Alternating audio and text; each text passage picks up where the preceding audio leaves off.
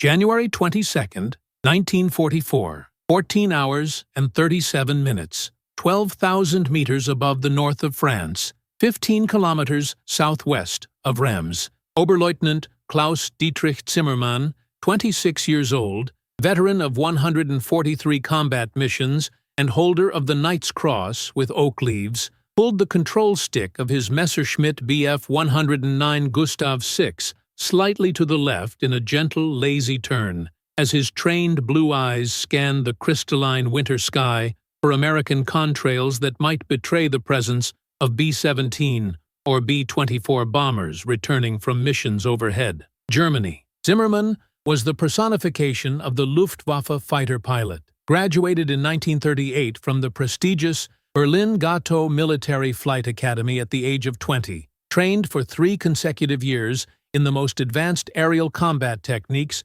developed since the First World War. Direct disciple of legendary aces such as Werner Mulders and Adolf Galland, recognized expert in high-altitude combat, and squadron leader with 19 confirmed victories, including 7 heavy bombers and 12 escort fighters. His angular, aristocratic face showed the supreme confidence of someone who had survived more than 100 deadly aerial duels across the skies of France, England, Russia, and Germany. On this particular afternoon, Zimmermann commanded a formation of 4 Messerschmitts on routine intercept patrol, a mission he had flown so many times that every movement was automatic. Every visual sweep followed patterns etched into muscles and reflexes through thousands of hours of flight. His number 2 was Feldwebel Hans Kruger, 24 years old and with 8 confirmed victories, a young pilot whom Zimmermann had personally trained and molded to the rigorous standards of the Jagdwaffe. Number 3 was Unteroffizier Stefan Weber, 22 years old with 5 wins, eager and talented. Number 4 was Gefreiter Otto Schmidt, just 20 years old, but already with 3 knockdowns to his credit after 6 months of intense combat. It was a solid, professional formation, trained to operate as a perfectly synchronized war machine where each man knew his role and executed with German precision. Zimmermann checked the fuel gauge, noted that he still had enough fuel for another 90 minutes of patrol, adjusted the tail trim tab slightly, and continued his methodical search through the sky. The winter sun hung low on the western horizon, creating a golden glow that Zimmermann automatically avoided looking directly at to preserve his adapted night vision. He had learned this basic lesson as a cadet, along with hundreds of other techniques and tactics that separated veteran pilots from young rookies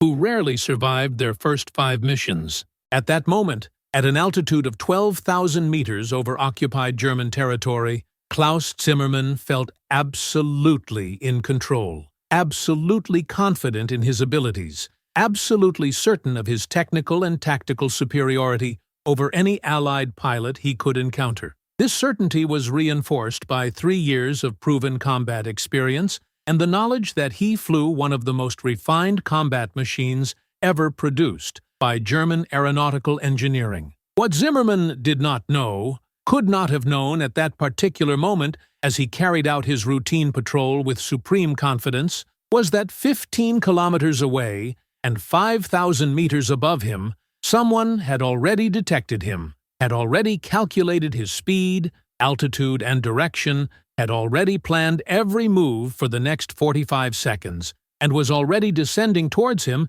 at 550 kilometers per hour with the cool, calculated determination of an experienced hunter who had tracked prey through territories far more unforgiving than the skies of France. This hunter was not a product of the American military academic elite, had not spent 3 years in advanced flight schools, had not had hundreds of hours in sophisticated simulators, or training under the tutelage of legendary aces. His name was Clayton James Bridger, 58 years old, and until 19 months ago, he had never driven anything more complex than a 1936 Ford pickup truck on the dirt roads of Wyoming. 14 months earlier, in September 1942, at the United States Army Air Force Recruiting Office in Cheyenne, Wyoming, Captain Robert Harrison, 32 years old, a West Point graduate and certified flight instructor with 8 years of military experience, looked across his gray metal desk at the tall, thin man sitting in the folding chair before him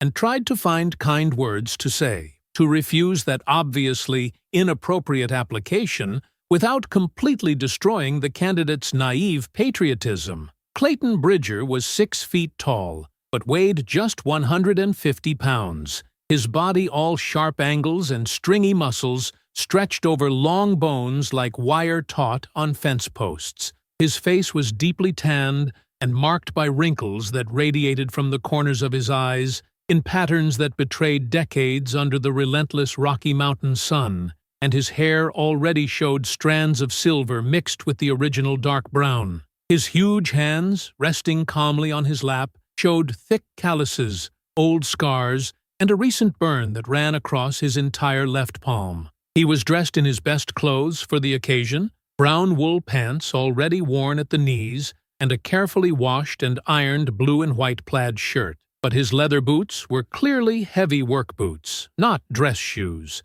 Harrison had seen hundreds of applicants since Pearl Harbor, a steady stream of eager 18 to 25-year-olds wanting to become fighter pilots and bomb Tokyo or Berlin. But this was the first man in his late 60s who had come forward asking to fly P-47 Thunderbolts in combat. The captain adjusted the papers before him and began gently, "Clayton, I deeply admire your desire to serve, but I need to be frank with you about the requirements for combat pilot training. First, there is the issue of age. Our upper limit is typically 26 years old for fighter pilot candidates because studies have shown that reflexes, reaction time, and the ability to withstand extreme G-forces begin to degrade significantly after this age. You are 58 years old, more than twice that limit. Second, there is the issue of education and prior experience. Our ideal candidates have at least a high school diploma, preferably some college education, and prior experience with civil aviation or aircraft mechanics. I see here on your application that you have only completed 6 years of formal school, and your listed profession is wildlife tracker in the Rocky Mountains. Third, basic flight training for military pilots takes a minimum of 18 months, including ground training, basic flying, intermediate flying, advanced flying, specific aircraft-type training, and tactical training, all of which require extreme physical endurance and intensive learning capacity that frankly would be very challenging for someone in your age group. Clayton Bridger listened to the entire speech without interrupting, his light brown eyes fixed on the captain's face with an intensity that Harrison found slightly disconcerting, as if the older man was reading something in the young officer that wasn't being said aloud. When Harrison finally finished, waiting for the candidate to thank him for his time and leave with wounded but intact dignity, Bridger sat for a long moment in silence, then cocked his head slightly to the side, and said in a voice that carried a mountain accent but no trace of defensiveness or anger, "Captain, may I ask you a question before you leave?" Harrison, relieved that the man was accepting the rejection gracefully, nodded permission. "How many years did you hunt?" The question took Harrison completely by surprise. He blinked, confused. "Hunt? Yes, sir, hunt. Have you ever tracked a cougar through 40 miles of mountainous country in 3 days in -20 degrees? Ever chase an injured bear through canyons where one wrong step means falling 100 meters to your death? Have you ever had to predict exactly where an elk will be in 3 seconds as it runs at 25 miles per hour through dense forest, 2,000 feet away, because you only have one bullet and your family will starve if you miss?" Harrison opened his mouth to respond, but Bridger continued, his voice still calm but now charged with something the captain couldn't quite identify, something between quiet authority and deep knowledge that didn't come from books or academies. "Captain, I spent 39 years in the Rocky Mountains tracking North America's most dangerous animals across some of this continent's deadliest terrain: cougars, grizzly bears, wolves, elk, bighorn sheep. I learned to read trails that city men couldn't even see, to predict prey movements 3 or 4 steps before they happened, to calculate distances, speeds, and shot angles with no instrument except my eyes and my brain. I learned to remain motionless for 8 hours straight, in ambushes at -20 degrees, waiting for the exact moment to act. I learned that you can't hesitate when a half-ton of grizzly bear is charging towards you at 50 kilometers per hour, because if you hesitate for half a second, you are dead. I learned to make life or death decisions in fractions of a second with incomplete information, because in the mountains there are no second chances, and no one comes to rescue you if you make a mistake. Now, you tell me, Captain, are these skills of no value to a fighter pilot who needs to track enemy planes, predict their movements, calculate interception angles, and make instant decisions in combat? Harrison was silent for a long moment, looking at this 58-year-old man who had just articulated something no Air Force training manual had ever considered. Finally, he said, "That's an interesting perspective, Clayton, but even if your fighter skills could translate to aerial combat, which is a big guess, you'd still have to learn to fly from scratch, and that typically takes 18 months of intensive training." Bridger nodded once. "Captain, give me a chance. 3 months. If in 3 months I can't fly as well as your regular cadets, I'll give up and go back to Wyoming without a word of complaint." Harrison should have said no right away. Every regulation, every protocol, every standard procedure screamed at him to politely refuse and end this absurd conversation. But something about the thin 58-year-old man with calloused hands and eyes that had tracked predators for 4 decades across America's toughest mountains made the young captain hesitate. Against all his better judgment, against all his convictions about proper military protocol, Harrison heard himself saying, "Let me make some calls and see if I can find someone willing to give you a basic assessment. I'm not promising anything other than a preliminary aptitude test." Bridger stood up, extended his enormous hand, and said simply, "That's all I'm asking, Captain." As Clayton Bridger began his unlikely journey from mountain hunter to fighter pilot at a remote training base in Wyoming, across the Atlantic from Berlin, in the offices of the Oberkommando der Luftwaffe, in the German Aviation Ministry, Major General Adolf Galland, 31, commander of all Luftwaffe fighters, and one of Germany's most respected pilots with 94 confirmed aerial victories, presided over a strategy meeting on the growing problem of American escort fighters that now they accompanied heavy bombers to targets deep inside Germany. Galland, who had shot down his first enemy plane at age 23 during the Spanish Civil War and had developed many of the air combat tactics that the Luftwaffe now employed as standard doctrine, was surrounded by the best combat aviation experts Germany could produce. To his right sat Oberst Johannes Trautloft, 33 years and 57 victories, commander of one of the most successful Jagdgeschwader on the Western Front, and a veteran who had flown since the Spanish Civil War. On his left was Major Gerhard Barkhorn, 26 years old but already with an impressive 82 victories, most on the Eastern Front against Soviet pilots, considered by many to be the best sniper in the Luftwaffe due to his extraordinary marksmanship and ability to shoot down enemies with minimal bursts of ammunition. Also present were a dozen other squadron commanders, intelligence officers, and tactical experts, all men between the ages of 25 and 38, all products of the most rigorous German military training system in the world, all veterans of hundreds of combat missions. Galland opened the meeting by getting straight to the point. "Gentlemen, we are facing a growing but manageable problem with the new American escort fighters, particularly the P-47 Thunderbolt. Our intelligence reports and combat debriefings indicate that the Americans are now sending these fighters in increasing numbers to escort their bomber formations, but careful analysis reveals several critical deficiencies that we can exploit. First, examine this captured pilot data." He pushed a stack of documents across the polished desk. The average age of captured P-47 pilots is 23 years old. Most have between 150 to 200 hours of total flight training before arriving in the European theater of operations. Compare this to our own pilots. Average age 27, 300 to 400 hours of training before first real combat. And many of our squadron leaders have over 1,000 hours of real combat experience. Trautloft took the documents and quickly examine them before commenting. Americans are essentially sending children against veterans. Arrogant. This is reflected in their primitive tactics. They fly in rigid formations learned from manuals, respond predictably to our maneuvers, and rarely demonstrate the individual initiative or tactical creativity we would expect from properly trained pilots. It's like they're following recipes from a cookbook instead of truly understanding aerial combat as an art form. Barkhorn nodded in agreement. I've dropped 7 P-47s in the last 3 weeks,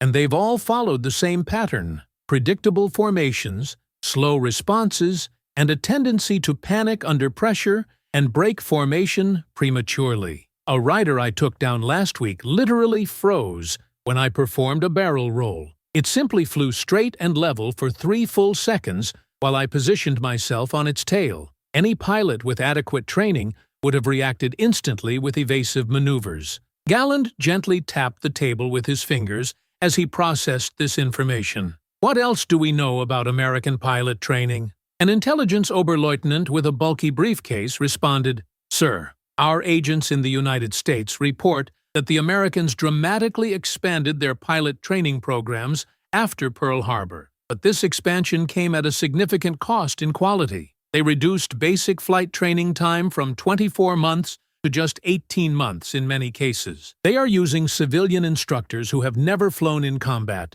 to teach combat tactics that they themselves do not understand. They have primitive simulators compared to our advanced link trainers. Most significantly, due to their lack of experience in actual air combat before this war, they do not have the institutional depth of tactical knowledge that we have developed through decades of refinement since the First World War." Major Hermann Graf, 22 victories and one of the youngest but most lethal pilots in the Luftwaffe, raised a hand. "With your permission, Herr General, I have also noticed that many American pilots seem to rely excessively on their aircraft rather than their skills. The P-47 is a robust machine with good dive speed and armor protection, but I have seen American pilots try to win fights simply by using raw power rather than intelligent maneuverability. It's as if they believe that having a better engine replaces having better technique." Galland smiled slightly. "And of course, we know this is not true. A mediocre pilot in an exceptional aircraft is still just a mediocre pilot. An exceptional pilot in an average aircraft is a deadly threat. Our fundamental advantage is not in our Messerschmitts or Focke-Wulfs, although those are excellent machines. Our advantage is here." He hit his own forehead, and here he touched his heart. "It lies in years of rigorous training, hundreds of hours of actual combat, and a tradition of aviation excellence that Americans simply cannot replicate in a few years of war." The meeting continued for another 2 hours, dissecting every known aspect of American fighter capabilities, and unanimously concluding that although the P-47s represented an increasing challenge due to sheer numbers, pilot for pilot, combat for combat, the Germans maintained decisive superiority in training, experience, and tactical skill. Galland ended the meeting with clear orders. Continue to exploit American weaknesses in formation. Engage aggressively when you have altitude or numbers advantages, and remind your pilots that each American you face probably has less than a third of the combat experience you have. Use this advantage mercilessly. What none of these brilliant, experienced men in the room knew, what no intelligence report had captured, what no tactical analysis had considered, was that at that very moment, on a remote base in Wyoming, a 58-year-old mountain hunter was about to complete his first hour of solo flight and demonstrate something that would make all those careful calculations about age, experience, and training seem completely irrelevant. 3 weeks after that first conversation in the recruiting office, Clayton Bridger sat for the first time at the controls of a North American AT-6 Texan, the 2-seat advanced trainer used to prepare pilots for combat aircraft, with Lieutenant Mark Sullivan, 28 years old, and a certified Army Air Force flight instructor with 5 years of experience teaching hundreds of cadets, sitting in the back seat, ready to take over the controls any time the old mountain hunter inevitably made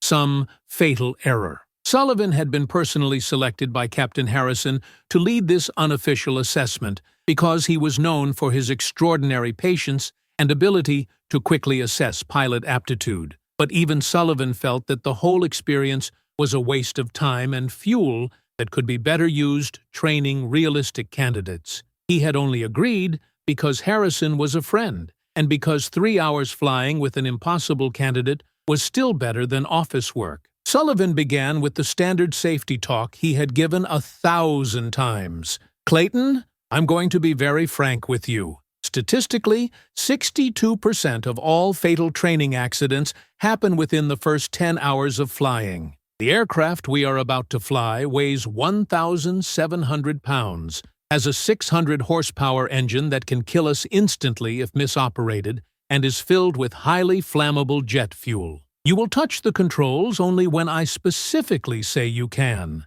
And if at any time I say I am taking controls, you immediately remove your hands and feet from all controls. Understood?" Bridger, wearing a flight suit that was 2 sizes too big for his thin frame and a leather helmet that made his ears stick out comically, simply said, "Understood, Lieutenant." Sullivan started the engine, completed his pre-flight checks, and taxied to the threshold of runway 8, a 1,500-foot strip of concrete that stretched across the flat prairies of Wyoming under a perfectly blue September sky. He accelerated for takeoff, pulled the stick at the appropriate time, and the AT-6 lifted smoothly off the runway, climbing at a constant angle to a cruising altitude of 1,500 meters. During the first 20 minutes, Sullivan performed basic maneuvers explaining each movement: level turns, climbs, descents, speed changes, coordination of controls. Bridger said nothing, just intensely observed each instrument, each movement of the controls,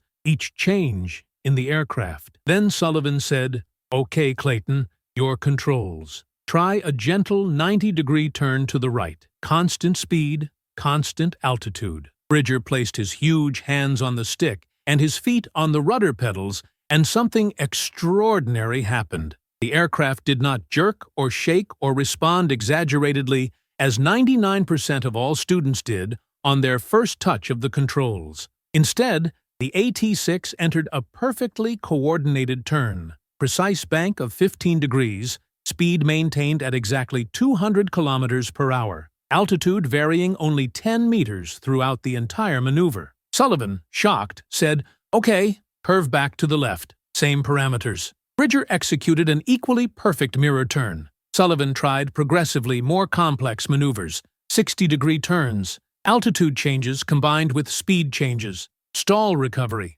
controlled spin. Each time, Bridger performed the maneuver not perfectly. He was still technically a novice and made small mistakes, but with a smoothness and coordination that Sullivan had never seen in a first flight. It was as if Bridger could feel the aircraft, as if he intuitively understood that when you push the stick forward, the nose goes down. But this also causes acceleration, so you need to simultaneously reduce power slightly, as if he automatically coordinates rudder with aileron in turns to avoid side slip, as if he instinctively understands rate of change and control response in a way that takes most pilots 50 hours to develop. When they landed 45 minutes later, Sullivan turned off the engine, removed his helmet, and turned in his seat to look at Bridger. His voice was careful as he asked, "Clayton, are you absolutely sure you've never flown before?" "Never, Lieutenant. I swear on my life." "Have you ridden in aircraft?" "Once, when I was 12, a male pilot took me on a 30-minute flight over the mountains. I didn't touch the controls." Sullivan shook his head slowly. "Clayton, I've trained 417 pilots in the last 5 years. I saw natural geniuses. I saw athletes with incredible reflexes. I saw 20-year-olds with perfect coordination. What you just did was better than any of them on their first flight. It's not just his physical movements, although those are extraordinarily smooth. It's something about how you seem to predict what the aircraft is going to do, how you anticipate rather than react." Bridger looked out of the cockpit at the distant mountains and said calmly, "Lieutenant, when you're tracking a cougar through rocky terrain 3,000 feet up in deep snow, you learn to read subtle signals. The way the snow is pressed tells you not only that the puma passed there, but how long ago, how fast was he moving, whether he was hungry or satisfied, whether he detected her presence or not. You learn to predict where he's going to be in 15 minutes based on 200 little signals that you don't even consciously notice anymore. Your brain just processes everything automatically. You learn that every action has cascading consequences. If you step too hard here, you cause a micro-avalanche there, which scares an elk there, which alerts the mountain lion a kilometer away. So you learn to think 3 or 4 moves ahead, to feel how the whole system will respond before you act. He looked back at Sullivan. This plane is no different. When I pull back on the stick, I can feel how the aircraft will respond. Not just immediately, but 3 seconds later. I can feel how power and altitude and speed all interact. It's like tracking, only 3-dimensional and faster. Sullivan related this conversation word for word to Captain Harrison that night. Harrison reported it to his commander. The commander, Colonel James Mitchell, 52 years old and a veteran World War I fighter pilot, personally flew Bridger a week later and emerged from the aircraft in stunned silence. 3 weeks after that, Clayton Bridger was officially enrolled in an accelerated fighter pilot training program, not because the regulations had changed or because someone had made an official exception to the age rules, but because 5 different officers had independently come to the same conclusion, that this 58-year-old mountain hunter possessed something that could not be taught in any academy, something more valuable than youth or formal education or hundreds of hours in simulators, something that the Germans, with all their experience and superior training and tradition of excellence in aviation, had completely failed to consider when calculating their advantages over American pilots. 7 months later, in April 1943, Clayton Bridger sat in a cold, damp briefing room at an 8th Fighter Group Air Base in Bodney, England,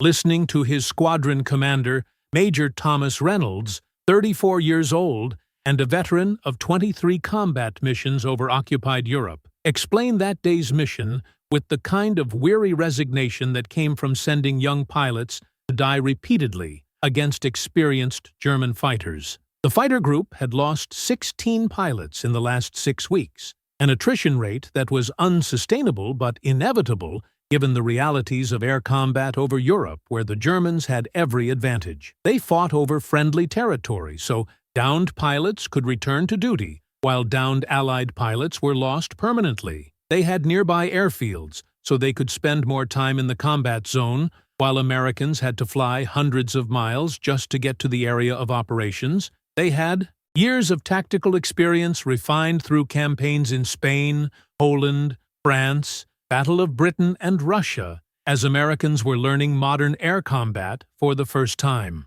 Reynolds looked at the 23 young faces in the room, most between the ages of 22 and 26, all trying to appear confident but unable to completely hide the fear that came from knowing that statistically 3 or 4 of them wouldn't return from that mission. Then his eyes fell on Clayton Bridger, sitting calmly in the back row, his gray temples and deep wrinkles making him look more like a teacher or librarian than a fighter pilot. Reynolds still wasn't completely comfortable with Bridger's presence on his squad. The old man had arrived 2 weeks ago with official orders and certifications that seemed in order, but something was wrong. Fighter pilots were 23, not 58. They were muscular, aggressive athletes, not skinny mountain trackers. They had trained for 18 months at multiple bases across the United States. They hadn't appeared seemingly out of nowhere with just 8 months of accelerated training that no one could adequately explain. Reynolds had tried to subtly question Bridger about his background,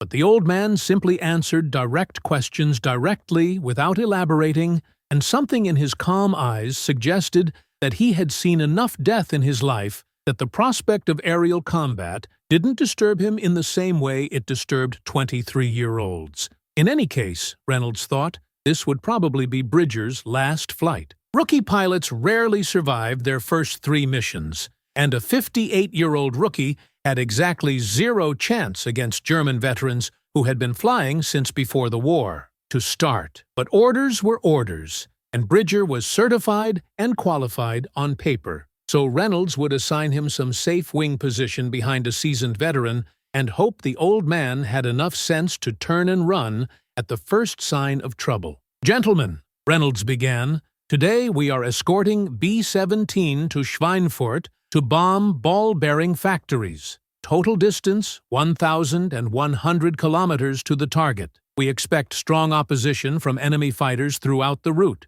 particularly close to the target where intelligence suggests the Germans have 3 complete Jagdgeschwader based, approximately 90 to 100 Bf-190 and FW-190 available. You will fly P-47 Thunderbolt in formations of 4. Cruising altitude 7,000 meters. Speed 320 kilometers per hour until we reach the bombers. Then we reduce to 280 to maintain formation with them. Your primary mission is to protect the bombers. Do not, I repeat, do not chase individual German fighters away from the bomber formation. Maintain discipline, maintain formation, and return home. He looked specifically at Bridger as he said the last part, worried that the older rookie might panic and make some stupid mistake that would cost not only his own life, but potentially the life of his flight leader. Bridger simply nodded slightly, his face expressionless. 90 minutes later, 23 P-47s were in formation 7,000 meters over northern France. Their 2,000 horsepower Pratt and Whitney R-280 double Wasp engines roaring as they pushed the sturdy aircraft through the thin air at 220 miles per hour. Bridger flew number 4 in a formation led by Lieutenant James Morrison, 25 years old and a veteran of 11 missions, considered one of the squadron's most competent pilots. Ahead and 5,000 meters below them, a formation of 36 B-17s flew in tight staggered boxes,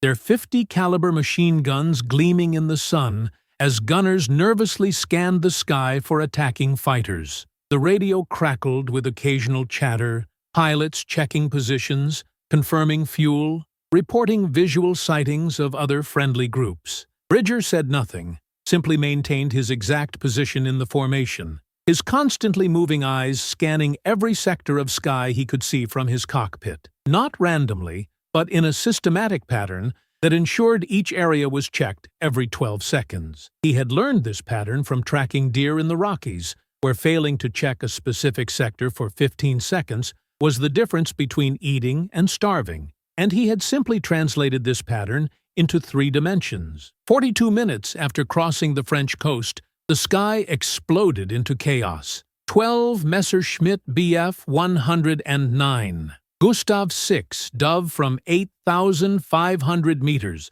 directly through the formation of P-47, their machine guns and cannons thundering, tracers tearing the air in deadly streams of orange and green fire. 2 thunderbolts instantly exploded, transforming into balls of fire that tumbled toward the earth 7,000 meters below. Another lost its entire tail to a 20mm cannon and began an uncontrolled dive. The neat and orderly formation of P-47 disintegrated into dozens of individual aircraft, breaking in all directions as pilots reacted to the sudden attack exactly the way their training had taught them. Break formation, gain speed, avoid the first pass, then recover and counterattack. The radio exploded with urgent shouts. "Bandits out of the blue! Breaking right! Jesus Christ, where did they come from? Tommy, you have one in your 6. Break left! Break left!" Lieutenant Morrison, Bridger's flight leader, shouted. 3 fly with me, keeping 280.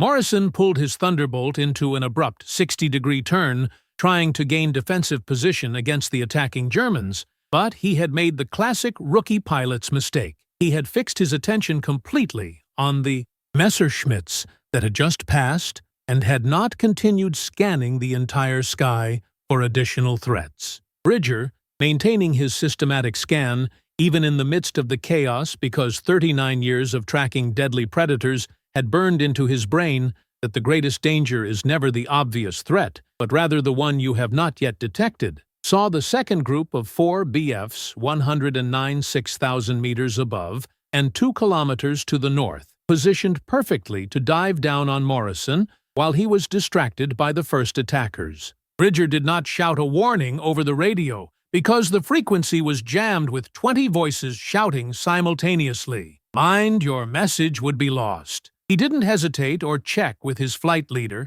Because in the mountains, when a grizzly was about to snap your hunting partner's neck, you didn't stop to discuss tactics. You simply acted. Instead, he gently pushed his stick forward, putting his thunderbolt in a 15-degree dive, applied combat power, bringing his speedometer from 320 to 460 kilometers per hour in 22 seconds, and began a wide 180-degree turn that brought him into interception collision with the 4 Bf-109 as they began their own attack dive. What Bridger did over the next 45 seconds violated virtually every rule of aerial combat taught at every flight school in America. He deliberately flew alone against 4 enemy fighters. He abandoned his flight leader without warning. He performed maneuvers that were not in any tactical manual. He relied completely on instincts developed from tracking animals in mountains rather than tactics learned in classrooms. And what he did worked with a deadly efficiency that would leave German officers looking at post-combat reports in utter disbelief, trying to understand how a single American pilot, supposedly poorly trained and inexperienced, had destroyed or dispersed an entire formation of Luftwaffe veterans in less than a minute of combat. Klaus Zimmermann, leader of the 4 diving Messerschmitts, saw the single P-47 separate from the American formation and initially ignored it because a single fighter posed no threat to his formation of 4 aircraft operating in perfect coordination, and because Zimmermann was focused on his real prey, the group of 3 Thunderbolts that had broken formation and were vulnerable 2,000 meters below. He was already calculating angle of attack, taking into account relative speed and diving trajectory and the perfect firing position he would achieve in 16 seconds when he could open fire on the American leader and probably overturn his 10th confirmed victory with a short, accurate burst. What Zimmermann did not calculate, could not calculate based on all his years of training and experience and previous engagements against American pilots who always reacted predictably and defensively, was that this single Thunderbolt was not trying to escape or defend, but was executing a precisely calculated offensive interception maneuver that would place it in firing position against Zimmermann's formation exactly 4 seconds before Zimmermann could attack his chosen target. Bridger had calculated that intercept not with instruments or computers or slide rules, but in the same way he calculated where a mountain lion running at 30 miles an hour would be in 8 seconds when you were 300 yards away, and your rifle's bullet was traveling at 1,200 yards a second. You felt the geometry, you saw the intersecting trajectories in your mind as solid lines through 3-dimensional space. You instinctively compensated for wind and gravity and relative motion, and you squeezed the trigger at the exact moment where all those complex variables aligned perfectly. Except that instead of pulling the rifle's trigger, Bridger pushed his P-47 through a series of subtle power and angle changes that a casual observer wouldn't even notice, but that adjusted its trajectory by thousandths of a degree to compensate for the fact that the Messerschmitts were accelerating in dive, so would be 300 meters further ahead than where they appeared to be now, that the Thunderbolt itself was in a slight dive, so its speed would increase by 50 miles per hour in the next 20 seconds, which meant he needed to begin his shooting maneuver 2 seconds earlier to avoid exceeding the interception point, as there was a headwind of 40 kilometers per hour from the west, so he needed to aim 2 degrees to the left of the point where the targets would be to compensate for drift. Zimmermann saw the Thunderbolt rolling towards him when they were 2,200 meters away, and his first thought was genuine confusion, because the American was flying directly into 4 Messerschmitts instead of running away, and that made no tactical sense. His second thought, 2 seconds later when the distance had closed to 1,800 meters and he could more clearly see the geometry of the interception, was irritation that now he would have to deal with that singular threat before he could attack his chosen targets, which would delay his attack and potentially allow the Thunderbolts below to escape. His third thought, 3 seconds after that, when the distance was 1,400 meters, it was his first spark of real concern, because the Thunderbolt's angle of approach was too precise, too perfectly calculated, as if the American pilot knew exactly where Zimmermann would be, rather than where he was now, and it suggested a level of interception skill that Zimmermann rarely saw, even from veteran pilots. His fourth thought, 2 seconds later,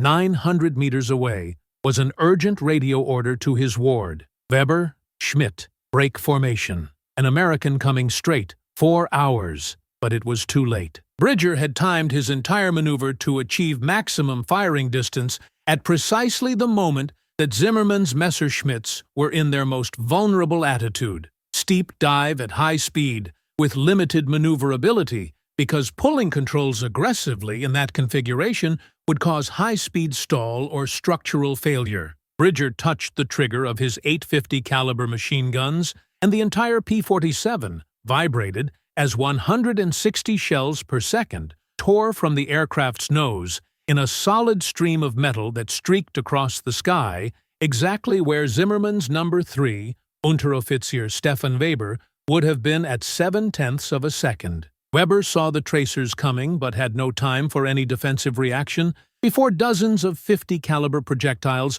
pierced his engine, cabin, and fuel tanks in a split second. His Messerschmitt exploded in a bright orange fireball that expanded 200 feet in diameter as it tumbled toward the earth, leaving a trail of black smoke behind. Bridger did not watch the aircraft die because trackers never observe dead prey while there are still live threats around. He was already setting his sights on number 4, Gefreiter Otto Schmidt, who was just 70 meters to the right of where Weber had been. Schmidt, seeing his comrade explode next to him, reacted with pure survival instinct and broke formation into a desperate 90-degree turn to the right with maximum G-force that made black dots dance across his vision. This maneuver saved him because Bridger's burst passed where he would have been, but missed the real aircraft by 40 meters. But the maneuver also completely took Schmidt out of the fight because he was now flying in the wrong direction at reduced speed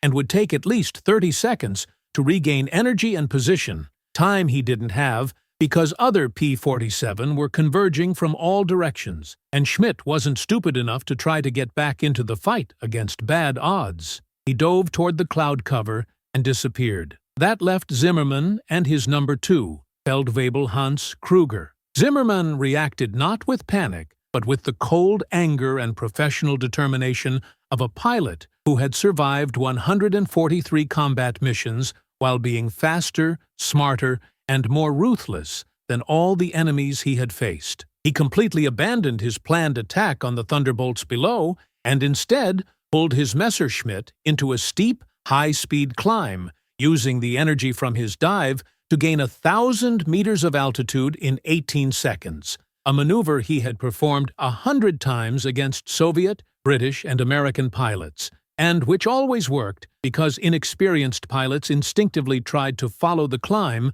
and lost all their energy, turning into sitting ducks at the top of the maneuver when they were slow and vulnerable. Kruger executed the same maneuver exactly 3 seconds behind Zimmermann, the two flying in perfect coordination even without words, because they had trained together for 18 months and flown together for 32 missions, and each man knew the other's thoughts instantly. Bridger saw the climb begin, and every fighter pilot's instinct developed in 7 months of intensive training screamed at him to follow, because those two Messerschmitts were running away, and you always chase a fleeing enemy until you destroy him. But beneath those 7-month-old instincts were 39-year-old instincts that were much deeper and much more reliable. And those instincts said, bait, trap. Predators don't run away like that. They feign weakness to make prey go into ambush. You've seen wolves do this exactly 100 times in the Rockies. The lead wolf runs, but not all the way. He keeps the perfect distance to make you think you can catch him. Then, when you're tired and overextended, the rest of the pack you didn't see appears from the sides and surrounds you and kills you. So instead of climbing behind the Messerschmitts, Bridger did something that no fighter pilot in the European theater had ever done before. He immediately reversed direction in a tight horizontal turn and began sweeping the sky above and behind him systematically, in searching for the rest of the pack that he was absolutely sure must be there, because no experienced predator uses baiting maneuvers unless there are partners in ambush position. He found the ambush exactly where he expected to find it. 4 BF 100 and 9,100 meters up from the east in a high-speed dive, positioned perfectly to destroy any Thunderbolt stupid enough to follow Zimmerman and Kruger into their trap. If Bridger had climbed behind the two Messerschmitts, as 99% of all pilots would have done, he would have been dead within 15 seconds, attacked from behind by 4 fighters while slow and vulnerable at the top of a climb. Instead, he was in perfect defensive position, flying fast and level with complete situational awareness of where each threat was. The 4 BF 109, who had expected to find a slowly rising Thunderbolt as an easy target instead, saw their supposed victim flying in a completely different direction, apparently without even realizing they were there. And the leader of that formation, Hauptmann Friedrich Becker, 30 years old and 26 victories, made the fatal tactical decision of assuming that the American pilot was just lucky rather than skilled, that he had turned randomly rather than deliberately, avoiding the trap, that he was still easy prey if approached from the right angle. Becker ordered his formation to adjust interception and dive behind the lone Thunderbolt. This decision killed 2 of his pilots within the next 30 seconds. Bridger saw the 4 Messerschmitts adjust their dive and thought, now they're committed. Now they're all focused on me as their sole prey. Now they're not checking their own 6 because they're in a coordinated attack, so they assume they're the hunters. Just like bears assume they're always hunters, never prey until the second before the shot hits. So now I turn the tables. It pushed full emergency power, its Pratt & Whitney engine roaring up to 2,300 horsepower for 20 precious seconds before it began to overheat, and it dove 15 degrees, gaining explosive speed up to 740 kilometers per hour. The Thunderbolt's airframe groaning but holding because these aircraft were built like flying tanks, specifically to withstand punishment that would tear lighter fighters to pieces. Behind him, the 4 BF 109 followed in a dive, their own pilots smiling because Thunderbolts couldn't turn as tight as Messerschmitts in traditional dogfighting, so a fleeing P-47 was usually doomed eventually when it ran out of speed or made a mistake. What they didn't know was that Bridger wasn't running away. He was establishing specific geometry. At 740 kilometers per hour, with 4 enemy fighters now 500 meters behind him, all in a steep dive and accelerating, Bridger suddenly pulled his stick all the way back and cut power to idle simultaneously. The Thunderbolt, flying at massive speed with controls pulled to maximum climb setting, performed something called a zoom climb, translating all that horizontal speed into vertical altitude into an absolutely surreal climb rate of 1,800 meters per minute. The aircraft literally pointed its nose almost vertically and rocketed into the sky like an express elevator while rapidly bleeding speed due to the impossible angle. The 4 Messerschmitts, flying at just 400 miles per hour because their lighter airframes could not accelerate as fast as the massive Thunderbolt, saw their prey suddenly rise vertically directly in front of them, and all 4 pilots simultaneously tried to pull nose up to follow because all their training and instinct told them that you never let the enemy gain altitude above you in aerial combat because altitude is life, altitude is advantage, altitude is power. But they were flying at 400 miles per hour in a steep dive, and when you try to pull an aircraft into vertical climb at those speeds and angles, you induce massive G-forces that first make your vision go black, then make you lose consciousness, and third can literally rip the wings off your aircraft. 2 of the German pilots, both veterans of 10 or more missions, recognized the danger within half a second and eased their pulls by avoiding excessive G, even if it meant losing the American. The other 2 pilots, both newer with less than 5 missions of actual experience,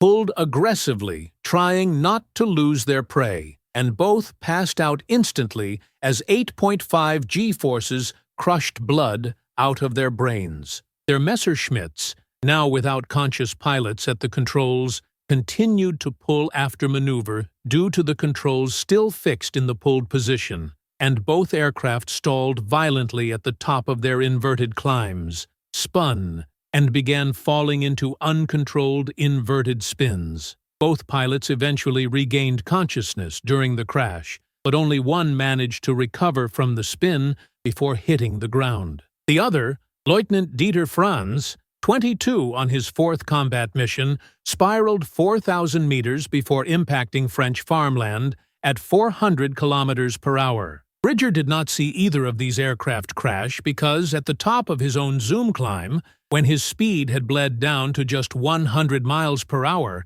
and the Thunderbolt was trembling on the edge of stall, he eagerly rolled 180 degrees and pushed nose down again, entering another dive that turned altitude into speed. He was now 500 meters above the two remaining Messerschmitts that had avoided the G-trap, and they were slow and climbing, trying to regain energy while Bridger was fast and descending with all the advantage. It was the ideal air combat situation. You above, fast, enemy below, slow. Hauptmann Becker saw the Thunderbolt diving from above, and for the first time in 26 victorious engagements felt genuine icy fear, because he suddenly understood that this was not a normal American pilot. This was not a rookie struggling with controls, or veteran following textbook tactics. This was something completely different, something he had never encountered before in 3 years of combat, across 5 theaters of war. This American pilot thought differently,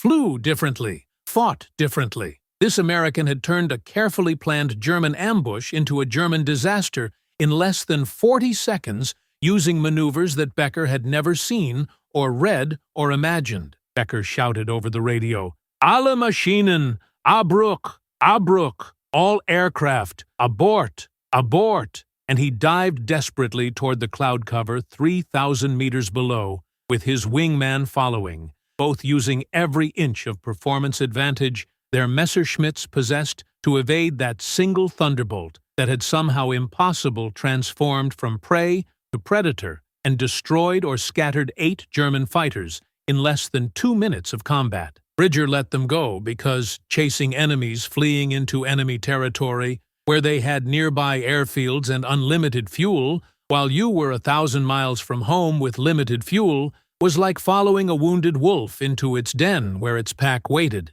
You could take down the wolf, but the pack would take you down. Instead, he checked his fuel, saw that he had used up too much in the fight, and was now on the verge of returning to England, checked the sky around him, and saw that the massive combat had dispersed into dozens of individual fights spread across 50 cubic kilometers of sky, checked the location of the bombers, and saw that they were continuing to their target, apparently untouched by the last 2 minutes of absolute chaos between the fighters, and calmly returned home, flying in constant defensive weave and systematically sweeping the sky every 12 seconds exactly. As a tracker in the mountains, always checks perimeter, no matter how safe territory seems, because territory is never safe as long as predators exist. When Flight 3 of the 8th Fighter Group landed back at Bodney 4 hours later, Lieutenant Morrison almost ran toward Bridger's aircraft before it had even completely stopped rolling, his face a mixture of anger and confusion and something akin to fear. Morrison waited for Bridger to come down, then grabbed the older man by the shoulder and spun him around. "Bridger, what the hell were you doing up there? You abandoned training. You flew alone against multiple enemy formations. You violated every tactical protocol we have. I should court-martial you for abandoning your position." Morrison's voice was rising in volume with each sentence, but Bridger simply looked at him calmly and said, "Lieutenant, did you check your wings and tail?" Morrison blinked, confused by the change of subject. "What? Just check," Bridger said quietly. Morrison walked around his P-47 and stopped in absolute shock. The entire tail section was peppered with 20mm shell holes, at least 20 puncture wounds that had missed vital components by inches. The right wing had 3 13-gauge impacts that had completely but miraculously punctured fuel tanks. The left stabilizer was half torn, where a cannon had partially hit it. If a single one of those projectiles had hit a few inches further in, Morrison would have exploded or gone spinning. 4 hours ago." "When?" Morrison whispered. Bridger pointed to the sky. 4 Messerschmitts, 6,000 meters up in your 1 hour when you broke formation chasing the first attackers. They were in perfect diving position. They would reach you in 12 seconds. You were flying straight and level, looking in the wrong direction. They would have killed you before you could react. I caught them before they could start their pass. You saved my life, Morrison said slowly, the anger completely drained and replaced by something between gratitude and stunned admiration. Bridger shrugged. That's what wings are for, Lieutenant. But you took down 3 confirmed and scattered 5 others alone against multiple formations. Morrison was still processing it. How the hell? Bridger began to remove his flight gear, his huge hands casually unlocking buckles as if he had just returned from routine training flight rather than mortal combat against impossible odds. Lieutenant, where did you grow up? Morrison blinked again at the seemingly random change of subject. Chicago. Why? Big city, then. Lots of people, lots of cars, lots of buildings. When you look around the streets of Chicago, what do you see? Morrison was still confused, but replied, people, signs, stores, traffic. How many things do you notice simultaneously? I don't know. 10? 20? Bridger nodded. I grew up in territory where if you didn't notice 50 things simultaneously, you died. I learned to read terrain, read weather, read animal behavior, read trails, read signs, all at the same time without consciously thinking about why conscious thinking is too slow. When a grizzly bear decides to charge you, you don't have 3 seconds to assess the situation and decide on your response. You have half a second to see the attack coming based on how the fur on his shoulder moves, identify whether it's a real threat or a bluff based on the position of his ears and mouth, calculate its distance and speed based on his stride length, decide whether to shoot or not based on whether you can make a clean kill shot with a bullet, or whether a miss means half a ton of muscle and claws, hits you at 30 miles per hour, and then execute perfectly without hesitation. He looked at Morrison directly. Those Messerschmitts up there? They were slow compared to grizzly bears, more predictable too. Bears are unpredictable. Fighters fly physics and aerodynamics. Once you understand physics and how pilots think, it's all just geometry in motion. I've been calculating bullet trajectories through wind for 4 decades. Calculating aircraft trajectories through the air is the same math, just bigger numbers. At that moment, Major Reynolds came running with half the squad behind him. Bridger, debriefing office now. We need every detail of what happened up there because Fighter Control reported 8, I repeat, 8 enemy fighters destroyed or forced to flee in 2 minutes of combat in a sector where only their flight was. And witnesses on the ground reported seeing a single P-47 against multiple enemy formations, executing maneuvers that no pilot has ever recorded before. And honestly, I don't believe the reports, but your weapons camera films will prove or disprove. So come now. The debriefing lasted 3 hours. Bridger described every move, every decision, every tactic in his calm, emotionless voice, as intelligence officers feverishly took notes and occasionally interrupted him to ask for clarification on something that seemed impossible or suicidal, or both. Bridger's gun camera film, which automatically recorded whenever guns were fired, confirmed every detail. The impossible interception against the first 4 Messerschmitts, the destruction of Weber, the dispersal of Schmidt, the dodging of Zimmermann's trap while avoiding the 2 decoy Messerschmitts, the detection of the ambush formation, the zoom climb that induced 2 German pilots to stall and crash, the reverse dive that scattered the remaining 2. Intelligence officers ran the film 6 times in stunned silence. Finally, Major Reynolds said, Bridger, your official story. 58 years, correct? Yes, sir. Previous profession? Wildlife tracker and hunter in the Wyoming Rockies. Years of experience in this profession? 39 years, sir. My dad took me on my first hunt when I was 7. I turned pro at 19. Reynolds looked at the film frozen on the screen, showing Bridger diving vertically over 4 Messerschmitts. And you started flight training just 8 months ago. 8 months and 11 days, sir. Yes, sir. And today was his first real combat mission. Yes, sir. Reynolds leaned back in his chair and rubbed tired eyes. Bridger, what you just did up there should have been impossible. Veterans with 2 years of combat experience, they can't do what you did. 50-win aces don't think the way you do. You flew as if you could see the future, as if you knew where each enemy would be before they did. How the hell? Bridger considered the question for a long moment before answering. Major, the Germans train their pilots in academies for years. They teach physics and aerodynamics and tactics and discipline. They produce technically perfect pilots who fly exactly how manuals say they should fly. These pilots excel when situations match what they learned in school. But Major, I didn't learn to hunt at school. I learned in mountains where manuals don't exist, and each situation is unique, and predators don't follow rules, and if you think like books teach you don't eat, or you die. I learned to see patterns that are not obvious, to sense when something is wrong even before I know why it is wrong, to understand that every predator has habits, and every habit has weaknesses. Those Germans up there, they flew exactly as they were trained to fly. Perfect formations, coordinated tactics, well-executed ambushes. But it's all too perfect, it's all too precise, it's all too predictable if you know what to look for.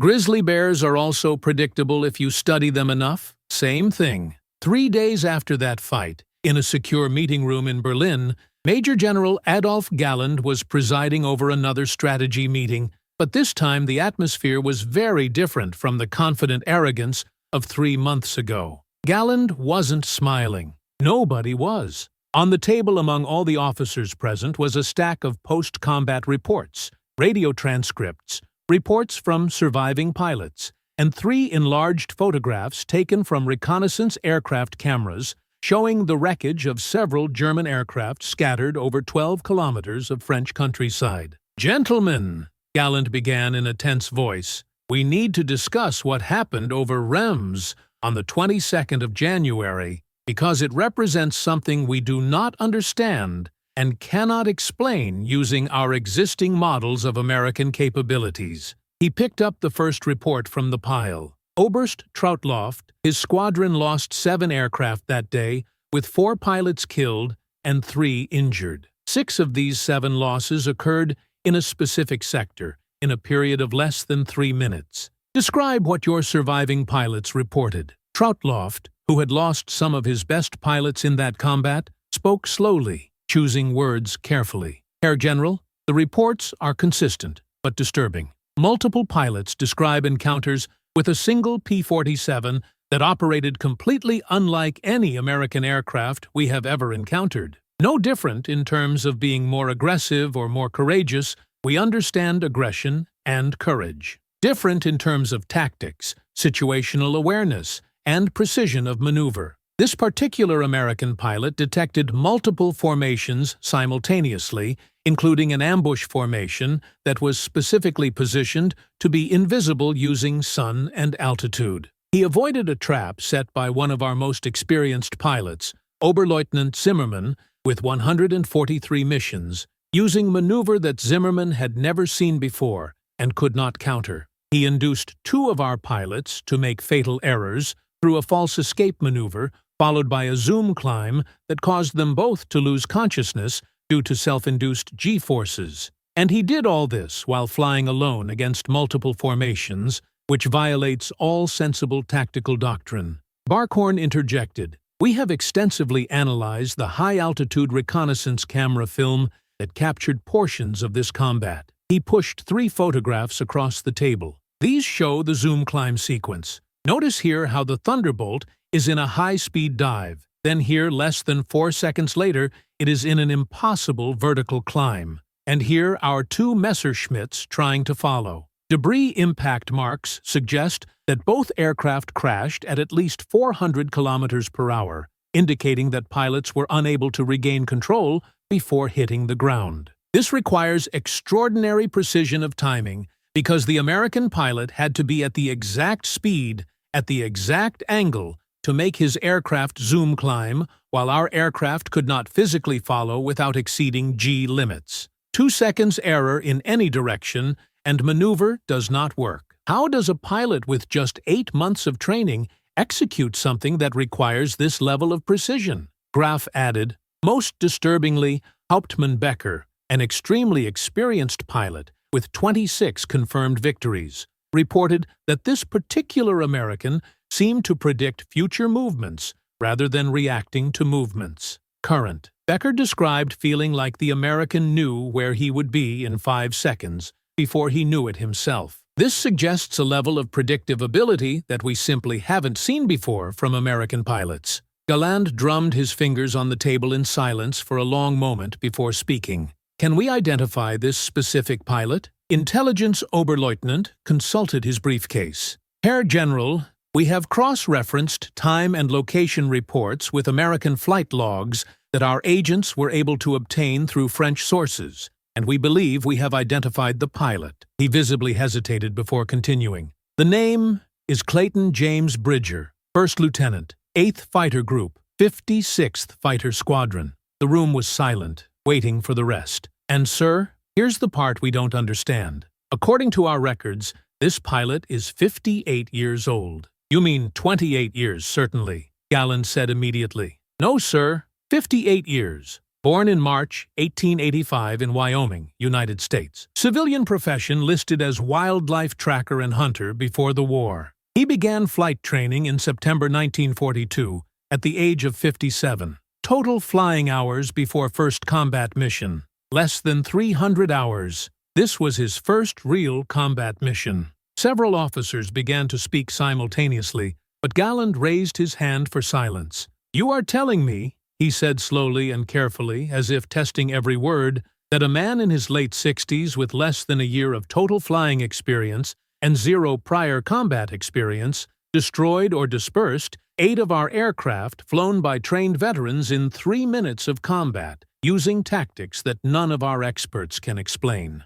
Yes, Herr General, the intelligence officer responded miserably. This is what the data indicates. Troutloft said, with all due respect, this is impossible. Our own studies categorically demonstrate that reflexes, reaction time, G resistance, all degrade significantly after the age of 30. A 58-year-old pilot simply cannot physically perform the high-performance maneuvers that 25-year-old pilots can perform. Barkhorn added, and flight training takes years to master, not months. It took me 4 years of intensive training before my first combat mission. This American was allegedly 8 months old. The skills needed for high-performance air combat cannot be compressed into 8 months. It's literally impossible. Graf agreed. The numbers don't make sense. Either our data is wrong, or Americans have developed some radically new training program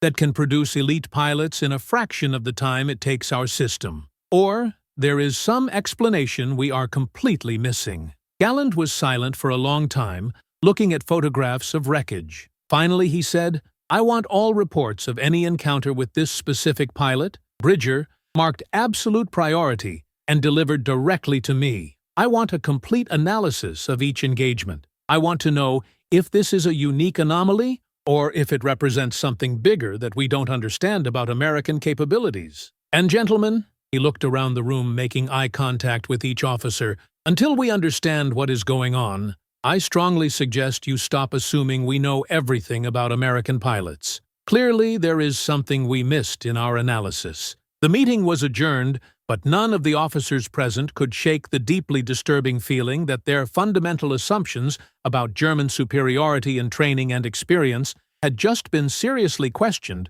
by a retired Wyoming rancher who had learned to fly at the age of 57. Over the next 7 months, Clayton Bridger flew 63 combat missions over occupied Europe. He shot down 27 confirmed enemy aircraft, plus 12 probable ones. He personally saved the lives of at least 42 Allied pilots by intervening at the exact moment in combat where those pilots were about to be killed. He developed 13 new combat tactics that were eventually incorporated into official Air Force training manuals. He trained 108 younger pilots, many of whom became aces themselves, crediting everything they learned to the old mountain hunter who taught them to see aerial combat, not as a choreographed dance learned in the gym, but as a primitive hunt where you read your opponent, predict their movements, and act at the moment of maximum advantage. He was awarded the Distinguished Service Medal, Distinguished Flying Cross with 3 oak leaf clusters,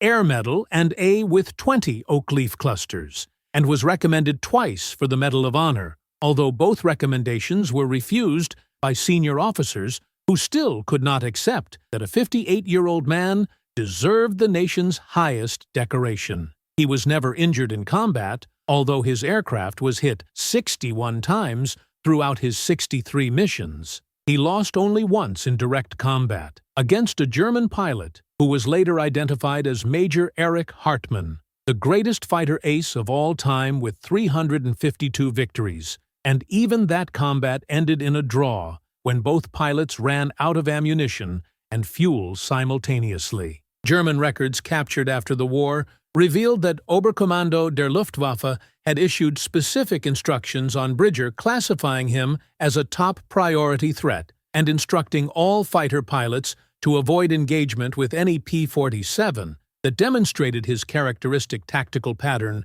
of extreme situational awareness and predictive accuracy. Several veteran German pilots who survived the war and were interviewed by historians decades later independently mentioned encounters with an older American pilot who flew differently than everyone else, who seemed impossible to surprise or corner, who converted every ambush into a counter-ambush, and who they eventually learned to simply avoid because the odds of survival against him were so low. Major General Galland, in his memoirs written in 1954, devoted 3 entire pages to Bridger, describing him as the most intriguing and perplexing adversary he had ever faced intellectually, a man who forced Luftwaffe Command to reconsider its fundamental assumptions about what made an effective fighter pilot and demonstrated that life experience was sometimes worth more than formal education. But perhaps the most revealing testimony came from Klaus Zimmermann, the pilot who had tried to ambush Bridger in that first combat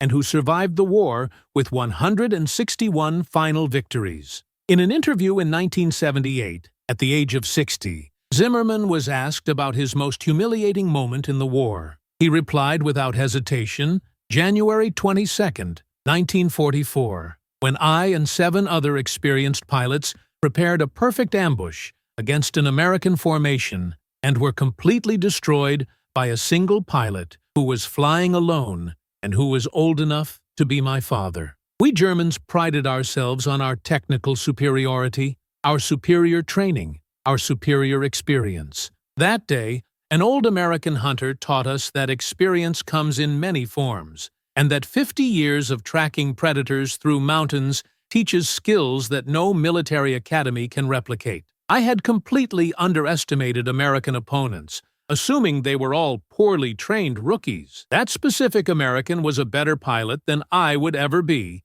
because he understood combat on a level that I just learned from books, but he lived in nature for decades. It was a lesson in humility that I never forgot. In October 1963, 20 years after the end of the war, the annual reunion of veterans of the 8th Fighter Group was held at a hotel in Colorado Springs, Colorado. 72 veterans attended, most now in their 40s and 50s, many with gray hair and expanded waistlines, but all still carrying a certain military bearing, even in civilian clothes. Among them was Clayton Bridger, now 78, his body still tall and lean, but more stooped than before, his face deeply furrowed from additional decades in the Wyoming sun, but his light brown eyes still alert and penetrating. Bridger had returned to Wyoming after the war, turned down offers to remain in the Air Force as an instructor, turned down offers to write a book about his experiences, turned down virtually all public attention,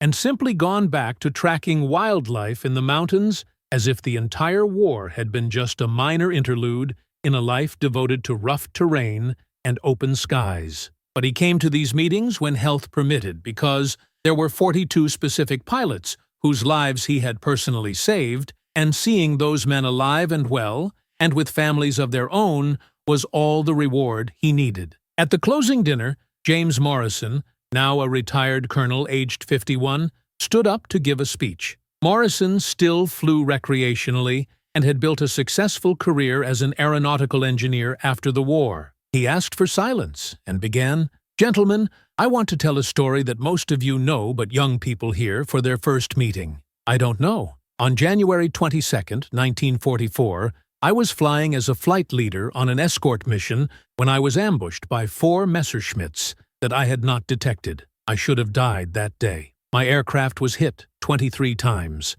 Any one of those projectiles could have killed me. The reason they didn't die was because my wingman, on their first combat mission, violated every rule in the book and flew alone into multiple enemy formations to save me. He looked directly at Bridger. "Clayton, you saved my life that day. You also saved Tommy Henderson 3 weeks later. You saved Robert Chase in March. You saved Peter Williamson in April. In fact, you personally saved 42 people in this room at some point during the war." Morrison paused, letting that number sink in. 42 people. 42 families that exist today because a 58-year-old mountain hunter decided he wasn't too old to serve. 42 men who returned home to wives and children and futures because a man the Germans assumed was unfit for combat due to age and lack of formal training proved more lethal than veterans trained for decades. The room erupted in applause, but Morrison raised his hand to continue.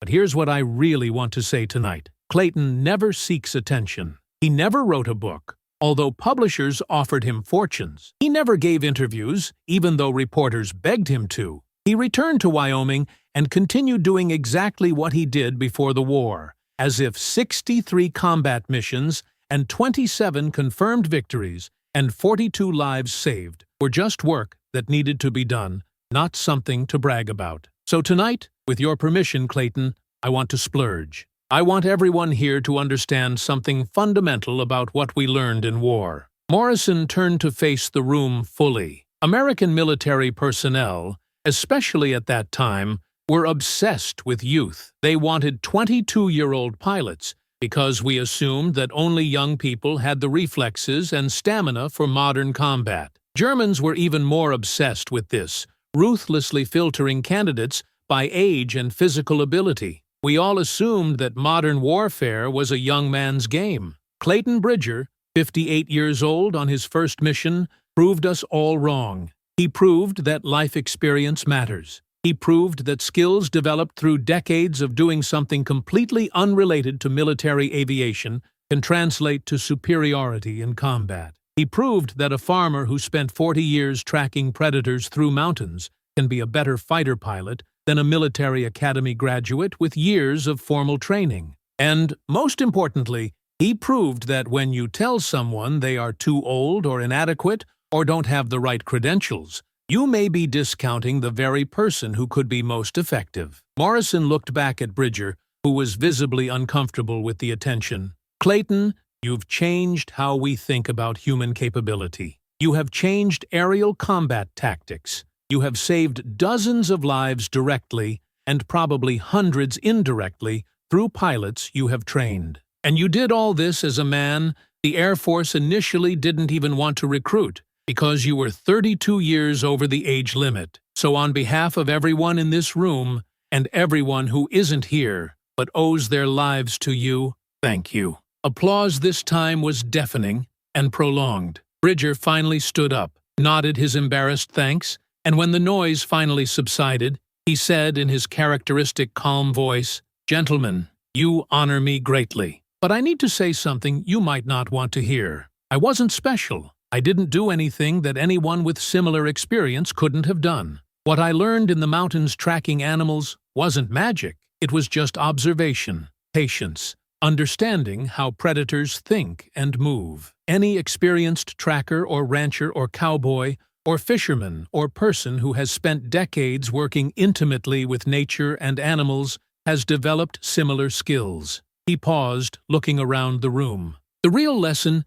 is not that I was special. The real lesson is that America wins wars not because we have better gyms or longer training or more expensive equipment, although those things help. America wins because when necessary, we can take farmers and ranchers and trackers and teachers and traders and cowboys and retirees and ordinary people of all ages and backgrounds and turn them into effective warriors, because we allow them to bring their unique experiences to the fight, instead of forcing them all into the same narrow mold. The Germans had better trained pilots than me, technically, but they were all trained exactly the same.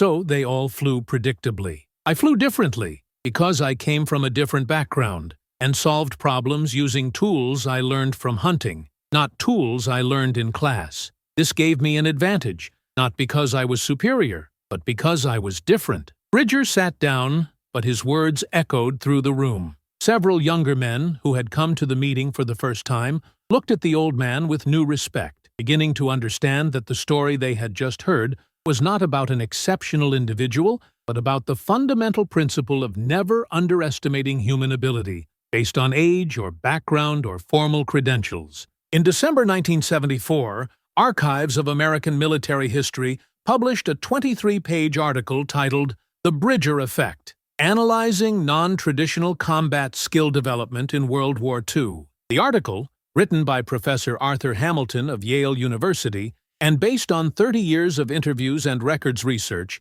extensively analyzed the case of Clayton Bridger and identified 47 other similar cases throughout the American military where individuals from non-traditional backgrounds and often beyond normal draft age demonstrated exceptional combat effectiveness due to transferable skills developed in civilian professions. The article concluded with a paragraph that was later cited in numerous works on military human resources. The experience of Clayton Bridger and others like him demonstrates a fundamental error in how military organizations traditionally conceptualize aptitude and potential. By focusing narrowly on age, formal education, and standardized training, militaries often exclude individuals who possess skills deeply developed through life experience that are highly relevant to modern combat, but do not conform to conventional qualification metrics. Trackers develop superior situational awareness through decades of intensive observation. Farmers develop mechanical problem-solving through years of diagnosing and repairing complex equipment with limited resources. Cowboys develop leadership and decision-making under pressure by managing dangerous animals in unpredictable environments. Fishermen develop intuitive understanding of weather, navigation, and coordinated teamwork under extreme physical conditions. These skills do not appear on academic transcripts or training certificates, but they may be more valuable in real combat contexts than years of classroom instruction. The question is not whether older individuals with unconventional backgrounds can perform in combat, but rather how the military can systematically identify and recruit such individuals without violating its own regulations that were designed to exclude them. The article concluded with specific recommendations for modernizing recruitment criteria, including expanding age limits for certain specialties, creating alternative assessment tracks for candidates with extensive relevant life experiences, and developing accelerated training programs specifically designed for individuals who bring advanced transferable skills from civilian backgrounds. Many of these recommendations were subsequently implemented, although always battling bureaucratic inertia from systems that prefer standardized and predictable candidates over exceptional but unconventional talent. Bridger himself, when contacted by Hamilton for comment on the article before publication, had responded with a characteristically brief handwritten letter. Professor Hamilton, your article correctly analyzes the situation, but overestimates my uniqueness. There are thousands of people across America with similar skills developed through work, not school. The problem is not a lack of available talent, but rather recruitment processes that only recognize talent when it comes in familiar forms. If militaries truly want to access the nation's full capabilities,